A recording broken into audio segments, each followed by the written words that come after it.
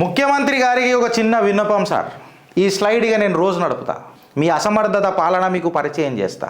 తెలంగాణ రెండవ ముఖ్యమంత్రి గౌరవనీయులు అనుముల రేవంత్ రెడ్డి గారికి తన అసమర్థత పరిచయం చిత్రగుప్తు రోజు చేస్తుంది. మీరు ముఖ్యమంత్రి ప్రమాణ స్వీకారం చేసినాక హిందువులు ఇన్సల్ట్ పడుతూనే ఉన్నారు, అవమానింపబడుతూనే ఉన్నారు. ఓ అనుముల రేవంత్ రెడ్డి గారు, హిందువులకు మిగిలింది కేవలం అవమానమే.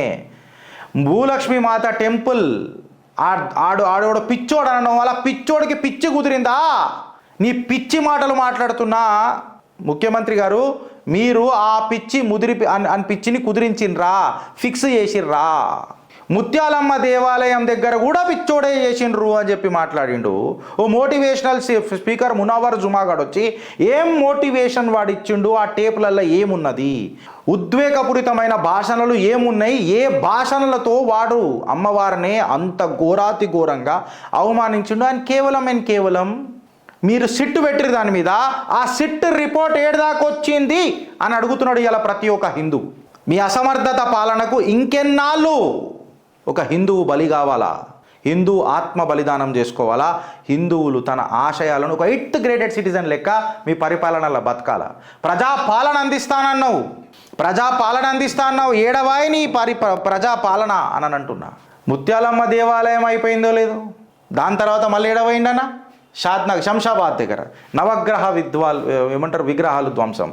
అక్కడ ఉన్న రిపోర్ట్ ప్రకారము ఒక ముస్లిం అన్యమతస్థుడు, చలో I take back my words, allegations ఇట్లనే రేజ్ చేస్తారు కదా ముఖ్యమంత్రి గారు. ఓరల్ ఎవిడెన్స్ ప్రకారము ఒక అన్యమతస్థుడు అంటే ఒక దంపతులు, అంటే ఒక ఆడ మొగ ఇద్దరు కలిసి, వాళ్ళ దంపతులు కాదు, అది మీ ఇన్వెస్టిగేషన్లో మాకు చేసి చెప్పాలా. ఇప్పటిదాకా గాఢమైన నిద్రపోతూ సంబరాలు జరుపుకుంటానంటున్నారు కదా. తెలంగాణ 1 year, కాంగ్రెస్ 1 year సంబరాలు జరుపుకుంటామంటున్నాం కదా. ఈ సంబరాలు జరుపుకోనికే కాంగ్రెస్ పార్టీకి సిగ్గుశరం ఉన్నదా అని అడుగుతున్నాడు ఒక హిందువు. చిత్రగుప్తు వేదిక ద్వారా అడుగుతున్నాడు మిమ్మల్ని, సిగ్గు శరం ఏమన్నా ఉన్నదా అని అడుగుతున్నారు. మనోభావాలు దెబ్బతీసుకుంటా మీరు మహత్వపూర్ణమైన సంబరాలు జరుపుకుంటారా? ఏమాయ్ ఆ నవగ్రహాలను విధ్వంసం చేసిన ఆ అన్య మతస్థుల రికార్డ్ ఏమాయ్, ఇన్వెస్టిగేషన్ ఏమాయ్, అదైందా లేదా? సాక్షాత్తు నా పవనసుతుణ్ణి, అనిలాత్మజుణ్ణి, కపికిషోరుణ్ణి, రామభక్తుడి విగ్రహానికే నిప్పంటించిర్రు నా కొడుకులు. నా కొడుకుల మీద చర్య ఒక పల్లెత్తు మాట మీ నోట్ల రాకపోయే కదా ముఖ్యమంత్రి గారు, పల్లెత్తు మాట రాకపోయే కదా. డూ యూ రియలీ, మీకు సెక్యులరిజం అన్న భావజాలాలు తెలుసా?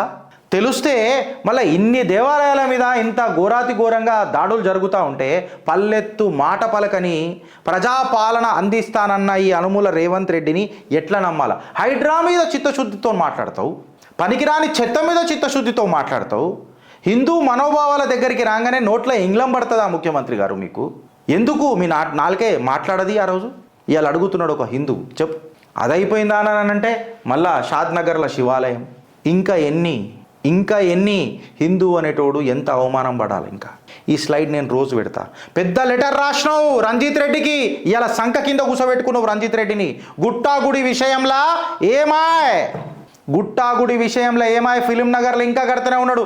4 ఎకరాల మా హనుమంతుని గుడి జాగా కబ్జా చేసిండు.